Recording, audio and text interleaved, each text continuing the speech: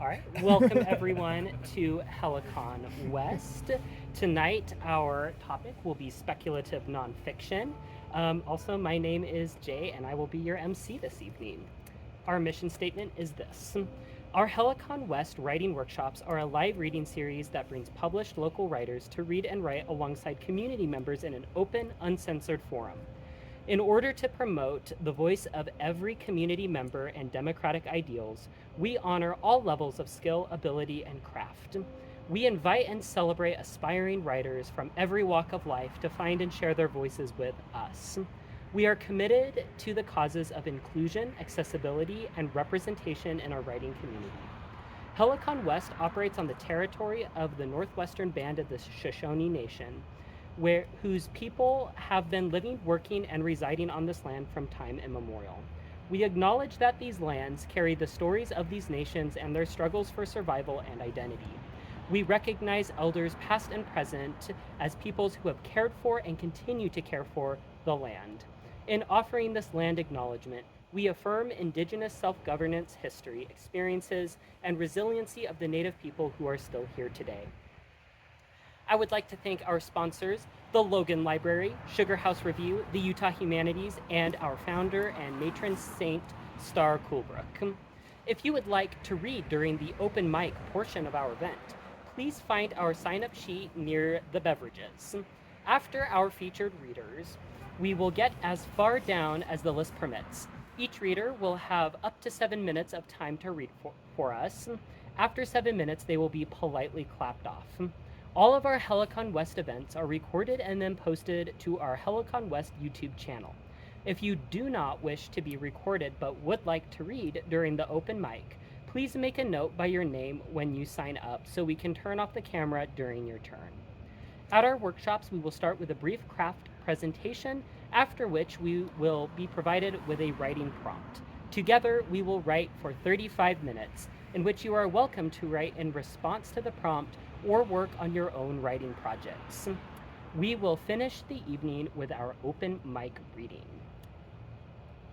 Do I read the announcements now as well? Yes. Okay, because there are announcements. Oh, I see what these are. Announcements, we have those. Helicon West is made possible by our generous sponsors and the community we serve. To help us stay in person until the new Logan Library is built, not to mention hydrated and caffeinated. There are several ways to make a donation. You can scan our QR code and donate via PayPal. You can leave your sweet, sweet pocket change in our collection can by the coffee.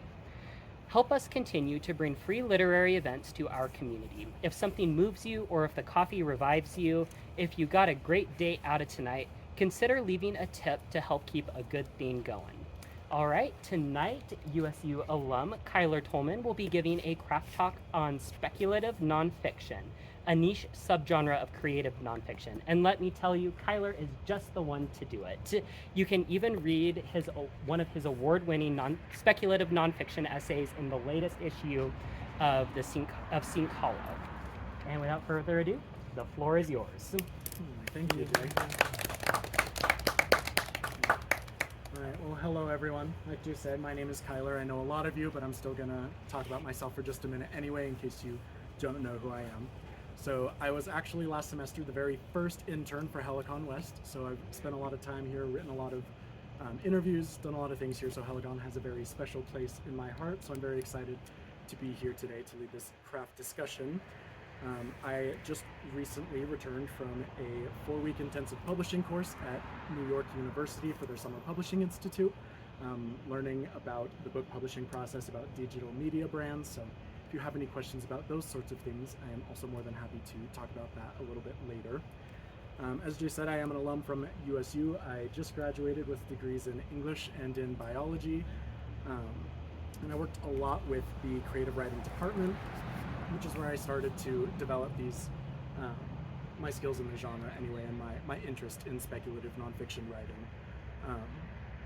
So we'll get into what it is a little bit. It is an entire subgenre, so it's kind of a lot to condense into just a short craft talk, but I've done my best to try and at least bring in a lot of the different elements of it to give you a little bit of a sense of what it is so that you can start to work it into your writing as you see fit. So As a reader and as a writer, something that is very interesting to me is the way that genres kind of converge and shift, and the way that the boundaries that we tend to try to assign to works of text they're blurry. It doesn't always fit in one or the other. And speculative nonfiction is one way that it kind of blurs the lines between different genres. Some of the works that I am interested in that are not speculative nonfiction but that show a convergence of genres is, one of them is a novel. It is called Aristotle and Dante Discover the Secrets of the Universe. It is by Benjamin Alire Sáenz, and it is, like I said, it is a fictional novel, but it is written very poetically, so that's a very interesting blend of genres there. There's an album called Preacher's Daughter by Ethel Cain. It is lyrical poetry, it's music, but it is also based on a fictional narrative that she created, so that is a very interesting work if you're interested in that kind of thing as well. And then We the Animals by Justin Torres. It is a fictional novella, but it is loosely based on events that happened in his real life. And it's interesting because speculative nonfiction also blends fiction and nonfiction, but kind of in the opposite direction. It is based in nonfiction, but then tends to bleed a little bit into fiction. So what is speculative nonfiction? So the word speculative is derived from the Latin word specula. So that's a tower. So when you think speculative, imagine a tower, right? When you're writing a speculative piece, you're ascending the tower of abstraction to give yourself a different perspective on the events of your story. Speculative nonfiction is less concerned with the truth and the order of the events as they occurred, and is more interested at getting into those deeper emotional truths that might be harder to convey by simply just telling the order of the things that happened, even if it's written well. Speculative nonfiction often plays with a lot of different things. It'll play with form, it can play with time, it plays with linearity. No two pieces look the same. It is such a wide subgenre that it's kind of hard to pin down exactly what it is, and instead is a little easier just to categorize what you can do with it. So that's kind of one of those first things that sets off something as a speculative piece. Memory is also an inherently speculative event. If you are reflecting on something in your life or remembering how something happened, that in and of itself is an act of speculation because our memories are subjective and imperfect. So that is one way that you can try to incorporate it, as well as interiority. So that is your own interiority, typically comes through a nonfiction writing, but you can have interiority of other people. You could have interiority of icebergs or rocks and be having a statement about the climate change crisis or something to that effect. So there's a lot of different ways that you can go with it. There's a lot of things that you can do with it. Whatever we do, though, it gives us a better ability to empathize with the writer and what they're feeling and what they went through than just reading the events themselves. So I want to give you an example of a piece that is a speculative nonfiction writing piece. I didn't print off enough for everybody, so I will just read it. But it is called Obstruction, and it is by Melissa Gunrow. So it's pretty short, but as I'm reading, I want you to think about two things. So think about what it is on the surface, and then think about what it's really talking about a little bit deeper once you dive into it. So this is Obstruction by Melissa Gunrow. Perhaps it's like a crawl space under a home, an old home, one that would also have a root cellar or a fallout shelter or a sitting parlor or a servant's quarters or all of those things. The home itself has been updated, restored, neglected, and then again loved and cared for under new ownership. The crawl space, however, is a dark, cold, forgotten place, rife with thick cobwebs, discarded wood ash from the central fireplace degrading into the dirt floor. The space is rarely explored, at least to this depth, and now there is an obstruction. If it doesn't get removed, the long-term integrity of the entire house could be compromised. A darkness like black mold, an infection of sorts, would seep upward and outward, penetrating the structure to crawl along every vein and artery that remains hidden under the heavy plaster walls. The dust in the HVAC system would cough and choke, the knob and tube wiring would short out, maybe even catch fire. The old iron pipes would groan, creak, vomit rust into the ceramic sinks. All the experts agree, the obstruction is an easy removal. Just as quickly as it's designed to fill the space beneath the house, it's engineered to be removed 5 years later, or maybe it will become 7, they're still conducting studies, collapsing onto itself and emerging with a gentle tug of the retrieval strings. The house is prone to reproducing unwanted rooms. The twice-a-decade swap of the obstruction will prevent that. It's 99.7% effective, the most effective form of its kind on the market. A handyman disappears under the house with a flashlight and a clamp, expected to return in a few minutes with the obstruction. She narrates her way through the narrow cavities, explaining what she sees, or more importantly, what she does not see. The house groans around her. She cannot find the strings. There is nothing to pull. A contractor arrives a week later with an apprentice and a radar technician who will stand in front of the hearth in the parlor, compressing the floor and projecting a sonar image of what she sees. The flashlight was not enough. They come equipped with state-of-the-art technology to seek out those elusive strings and give them a tug. The contractor disappears into the crawl space. She doesn't explain what she sees. She expresses her compassion for the house each time it groans and creaks, her equipment putting pressure on its most sensitive cavities. It should take 10 minutes, less with a crew of that size, that level of experience. After nearly an hour, the plaster walls of the house begin to sweat. The foundation begins to tremble. The apprentice opens the window, turns on a fan, attempts to cool the house while the contractor and the radar tech pack up their equipment. It's likely embedded, the contractor says. We need to reschedule and bring a bigger team out here. They will have to return in a month when the house goes into hibernation. A sleeping house is a house that cannot groan, sweat, or feel. She doesn't say so, but she must have bumped a rusted pipe or brushed against an old shut-off valve, for the faucet in the powder room develops a slow, steady drip that cannot be stopped. The drips are the color of blood and remain constant, falling one at a time, splashing against the ceramic basin like quiet tears rolling over the subtle lines of aging skin. So that is Obstruction by Melissa Gunroe. Does anybody want to tell me surface level? Well, I guess I'll just say surface level, this is about a house with an obstruction problem, right? Does anybody want to take a guess as to what its deeper meaning is about, what we're actually talking about here?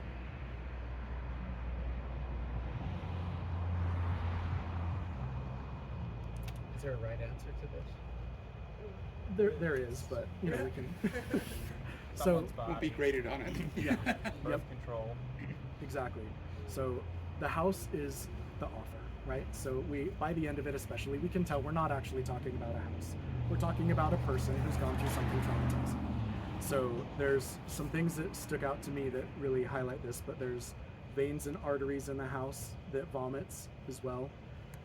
But there are retrieval strings of the obstruction, right? So we're talking about an IUD here that was lost inside of someone and they had a very traumatic experience trying to get it removed, something that should have been fairly straightforward and simple, but wasn't, and instead was a very traumatizing event. So something that the speculative can do very well is discuss trauma and traumatizing events, but present them in a way that is more relatable to other people, right? Because there's a lot of people who have not had this exact experience, right? If she were to have written just exactly, this is what happened to me, I went to the doctor, this is what happened, they couldn't find it, it would still be a very emotive story, right? We would still feel a lot, but it doesn't convey maybe the depth of the hurt that she was feeling, or the way that the doctor's not knowing or saying it should be simple made her feel.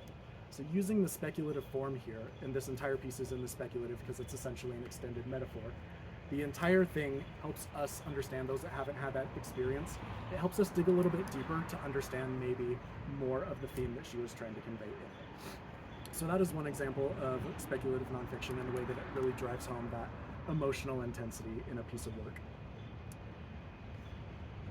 Lost my spot in my notes. Okay, so this is just one example. I've got a couple other quick examples of using speculative. It's not a piece of writing, but in an essay from Amy Benson, she starts it with once upon a time, several years into the future, right? So that alone triggers that it's not regular nonfiction writing. It's not something that's happened in the past that we're reflecting on. It's something that is being speculated in the future, right? But it is still presented as a nonfiction essay. I'm not going to get into what it's about, but those little phrases even can trigger that you're in the speculative space.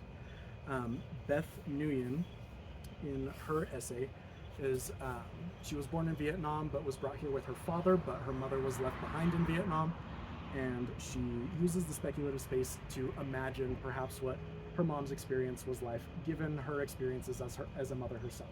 So she tells us about her experiences with her own children and then says, perhaps my mom went through and experienced this, and this is why she is the way that she is today. That bleeds into like the interiority aspect. We don't know what her mom went through, and we don't know how she felt or what she was thinking, but using the speculative space gives us a chance to consider perhaps what was happening. It can be hard to kind of balance the line between being cheesy with your metaphors and getting into that really speculative space. It's something that you kind of get a bit of more of a feel for as you get into it. Personally, in my own writing and in workshops, when we're workshopping an essay, I like it to be very dramatically speculative. I tend to write very visually, like things that couldn't happen, so you know it's a little bit ridiculous, but it drives home that emotional truth. For example, the essay that Jay referenced, that placed in the USU writing contest, I wrote about 6 years ago in Russ's class, actually. And I wrote about my experience growing up in rural conservative Idaho, learning to accept myself and then to eventually come out as a gay person. And the first time I wrote it, I felt pretty good about it, and I thought that it was important for me to share my story, but it didn't really hit the notes that I was wanting it to. But I knew that I had a good start, so I just kind of sat on it for a while. And then 4 years later, I took a class on speculative nonfiction writing. And the greatest change that I made to it was that I added in, everybody knows the closet metaphor, but I added in a physical, visual closet. So this closet would appear whenever I would have thoughts that maybe deviated from what I was taught or expected from a young man. At the very beginning, I split myself in half and put the queer side that shouldn't be seen into the closet and locked it up forever, so that the rest of me, the shell of me, could continue to live in the space and still pretend to feel safe. But throughout my life, the closet, I see it following me around and I know what it represents, even if I don't necessarily engage with it. But eventually the closet has to become open, and it's both a literal and a metaphorical opening of the closet where I interact with my closet itself. And perhaps maybe the scene that I feel most proud of, that I feel like was the most poignant, I'm talking with my grandma and trying to come out to her. And for context, she's very conservative, religious, very, very much into her religious practices, which do not,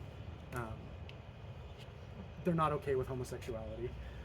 And in the scene, instead of just saying that she wasn't thrilled when I came out to her, I start to open the closet door to her, right? The closet door appears and she slams it shut and says, I don't want to see what's in there, right? So that drives home a little bit more of that emotional, what I was feeling. If you haven't had that same experience, it tells you a little bit more how I was feeling, what that meant for me in that time and space. So that's kind of the power of the speculative there. Just some examples or ideas for things that you could consider. Maybe someone who doesn't fit in is actually a fae living among the humans and flies away once they learn to love themselves despite their differences and inability to fit in. Maybe someone working through an identity crisis meets their former self several times. Maybe you're having a conversation with your past or future self. Maybe you're talking to someone that has died, or someone that you never could have met, like a celebrity you adore. Maybe you're writing a personal narrative in the form of a grocery list or a scientific article, or maybe you're writing from the perspective of an inanimate object.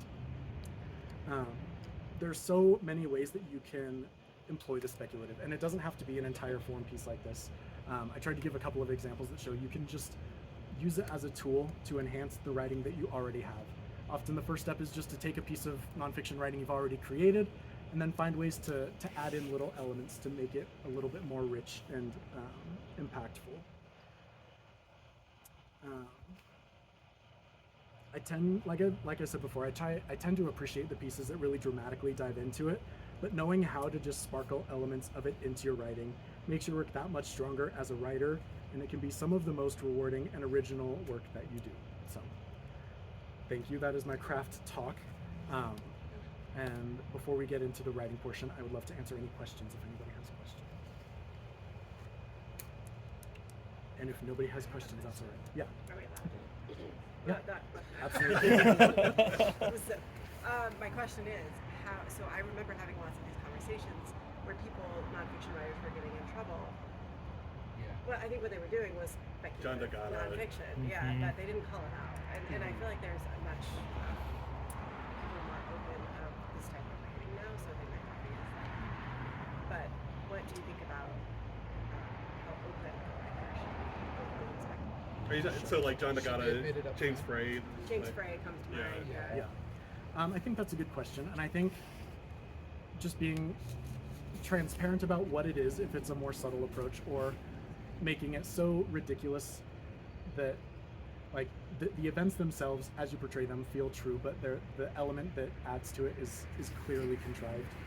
So obviously, like, a door didn't follow me around, but the events that I told were still true. Aside from that, I guess it kind of depends, right? I didn't tell or leave a disclaimer when I submitted my piece saying like this is speculative nonfiction, but I also am open to having a discussion about it and not saying this is 100% true. I guess if that makes sense, right? I'm not claiming that every single thing that happened is true. I'm just trying to get at the deeper truth of it. It seems like there's such varied ways to be, like if you create a dialogue, that might be one thing that didn't happen versus something that you obviously see as speculative. Right.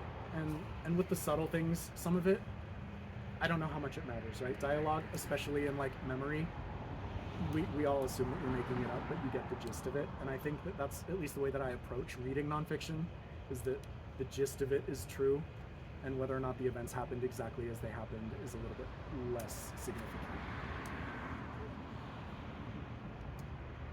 Actually, I think that's a really interesting question. Like, there was that A Million Little Pieces book. Yeah, James Fray. Yeah, and I've read that the author didn't actually want to publish it as speculative. But publishers kind of like twisted it like this. We can sell this better if people think it's real. I think that's really interesting. And I think with speculative fiction, I've always looked at it like the real thing that exists in my mind is what did happen, or like the most accurate way that I could portray it. Like the house. Like it's like, I don't know, there's like a distance there between the writer and the house, and that dissociation from her body kind of like is more true than like, right. I don't know, so that's really interesting. Yeah. I guess I was kind of wondering what makes it not just fiction. Sure. But I'd love to hear what you say, but I was also thinking that maybe it's just the intent is to, relay things that really did happen. The intent of fiction maybe is not. Right. What do you think? As I guess for me, when I'm reading something, I'm interested in breaking down the boundaries of something instead of necessarily confining myself to them. But the difference between maybe speculative nonfiction and a piece that is fictional but based on true events, I think part of it is intention, like you said. Bless you. Thank you. But I think it's really just the purpose of the piece. If your goal is to tell your own personal narrative and to keep you as the protagonist or the main narrator, and you want to add something that makes it a little bit, you want to add speculative elements to it, I think that is different than writing a fictional piece that's based on a true story. So I guess it's hard to define exactly what the boundaries are, but for me it goes back to the intent of the writer, I guess, and the way that it's perceived. It's interesting that you mentioned in writing about yourself, because now I'm thinking, could speculative nonfiction branch into other nonfiction genres like nature writing, art, travel, essay, things like that? I don't know what that would be. Yeah.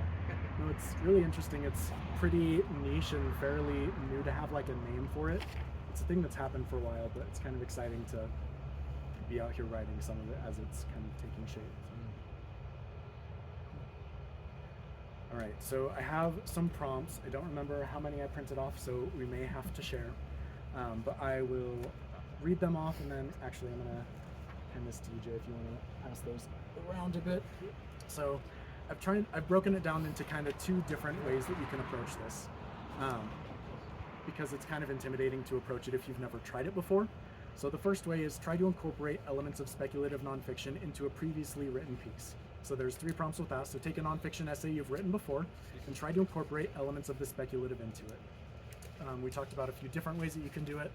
It's pretty open to interpretation, however you think includes speculating into it. Try changing the physical form of the piece so it's no longer written as an essay. So that's your recipes, advertisements, articles. I wrote a piece that I submitted to a competition recently that is written in the form of a scientific article because I have a background in science, but it's not really about that. It's about something different, so it's kind of fun to play with form like that. And then try changing the chronology or pacing. It doesn't need to be told in the present moment or in the order of occurrence if you can make a bigger impact by doing it another way. And then if you would like to try writing an original piece specifically for speculative nonfiction, one prompt is, what would it look like if you met another version of yourself? Consider your past selves, future selves, or alternate selves. For example, what it might look like if something hadn't happened to you or if something different had happened to you. And then what does that reveal about you or your experiences in each of those instances? Next, what if the thoughts in your head or feelings in your heart were concrete? What might that look like? I played with the idea of having a library in my mind where every conversation I've had or thought about having or reminisced about was a book, and then I could categorize it in different ways and shelve them in different ways organizationally. So that's one way you could go. And then lastly, start with perhaps it's like Gunro did in Obstruction. Take something, make it a metaphor, dive in wholeheartedly, and make the whole piece an extended metaphor. So we'll give us 30, 35 minutes, and then we will go into a sharing period. Currently, no one has signed up. Would anyone like to do open mic? We have plenty of space and plenty of time. Do I see a hand? Kyler? Yeah. All right, I'll get your name down. Anyone else? I can go and we can see if anyone else wants to. Okay, we'll have Kyler, and then you can think on it while he reads. Oh, that is the camera. Yes, it is. Okay, so obviously everything, if you're writing something original, it's in its early infancy. So this is very unfinished. So I'm gonna tell you the concept before I get into the actual reading, but it's called The Flower Garden. And the wild flowers are representative of the richness and diversity of culture, and the little garden represents colonization picking and choosing the most favorable or acceptable parts of a culture to incorporate into their own little sphere.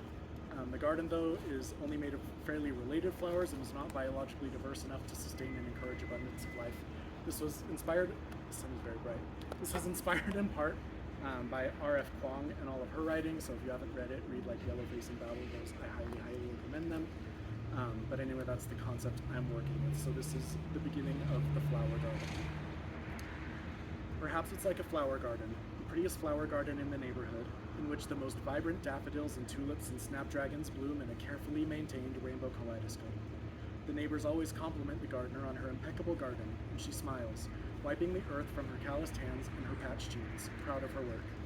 Every week, the gardener walks to the field at the end of her road, the field in which colonies of flowers grow among the tall grasses, dandelions, and other manner of shrubbery. This will not do, the gardener thinks to herself.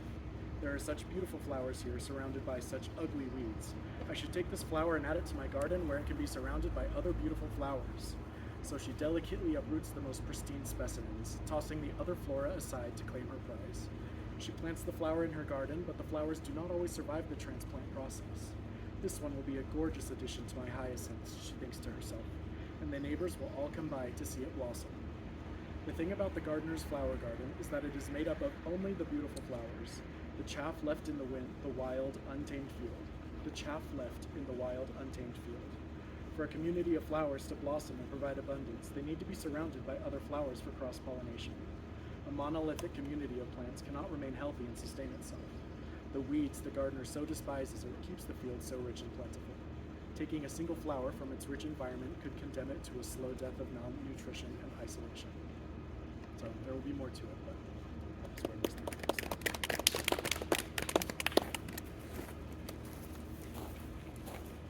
Right. Thank you, Kyler. Anyone else? We can go, Jay. All right. I'll go after that. I just traded down. Yay! Okay, so Nice. Sean and Millie. Yes. All right, you two are up. Hey. I turned 31 and immediately tore my hamstring. And not tore, but pulled it. So it's a good life. And I'm just gonna read what I wrote tonight.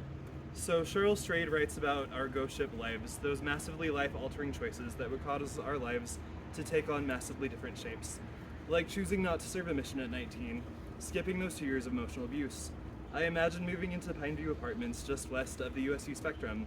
I don't know who I'd live with, my heart belonging to Michael, who does, in every imaginable universe, clip on the black name tag, and willingly, joyfully chooses to serve the mission.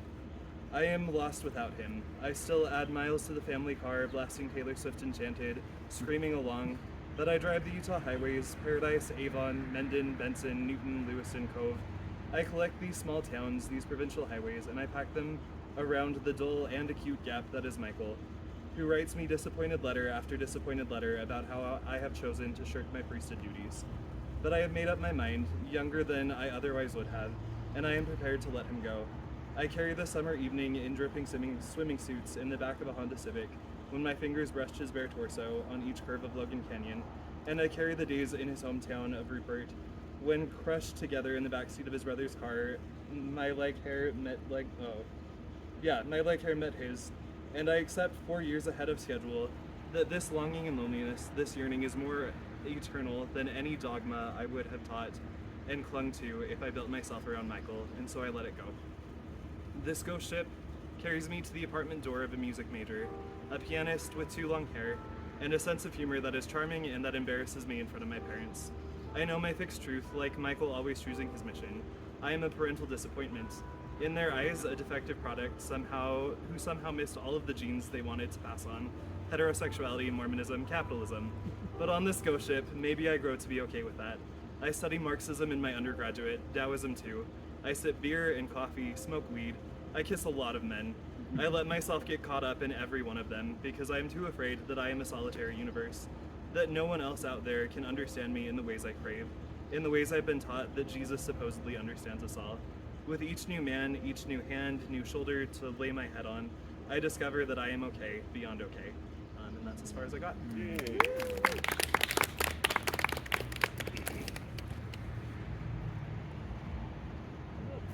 Just stand in the middle of a circle.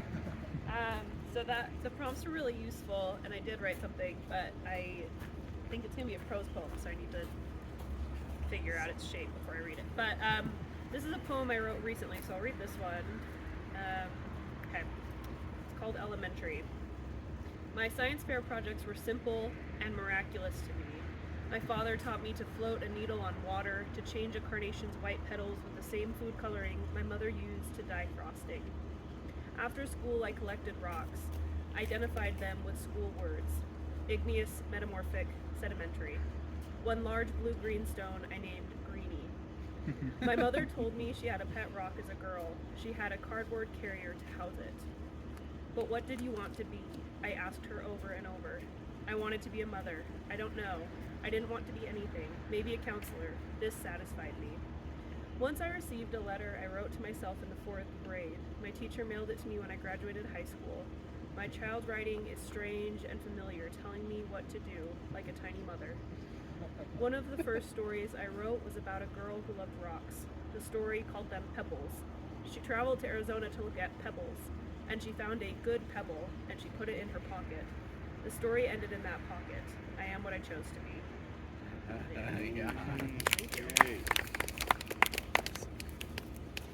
All right, our next student will be Casey. Yeah. Just to be brave for Henny. Yeah. Keep in mind, I just wrote this. So. I think the speculativeness is clear. So someday we might sit in a circle, weathered arms stretched over our 40-something legs, bellies bulging, smile lines creased, and you toss the question in the center: what was your midlife crisis? I would tell you that fantastic story when I bought an old farmhouse, redid all the shutters, milked cows and kept chickens. When I went skydiving topless while smoking and listening to rock music. When I cut off my leg just to feel more lightness. When I walked into that bar, red dress clinging, and I started the dance party that lasted all night. And in our circle, you all laugh and nod, and you love these stories. You eat them up. They are so much better than what I might have said, where I would have tried to describe that feeling of slowly feeling the finite of all of it, of her childhood, of the carton of milk, of my body, of his, the end of our shaggy old lab whose life marked the beginning of our marriage. And I can see that my story rings small in your ears, and you clear your throat and launch into yours.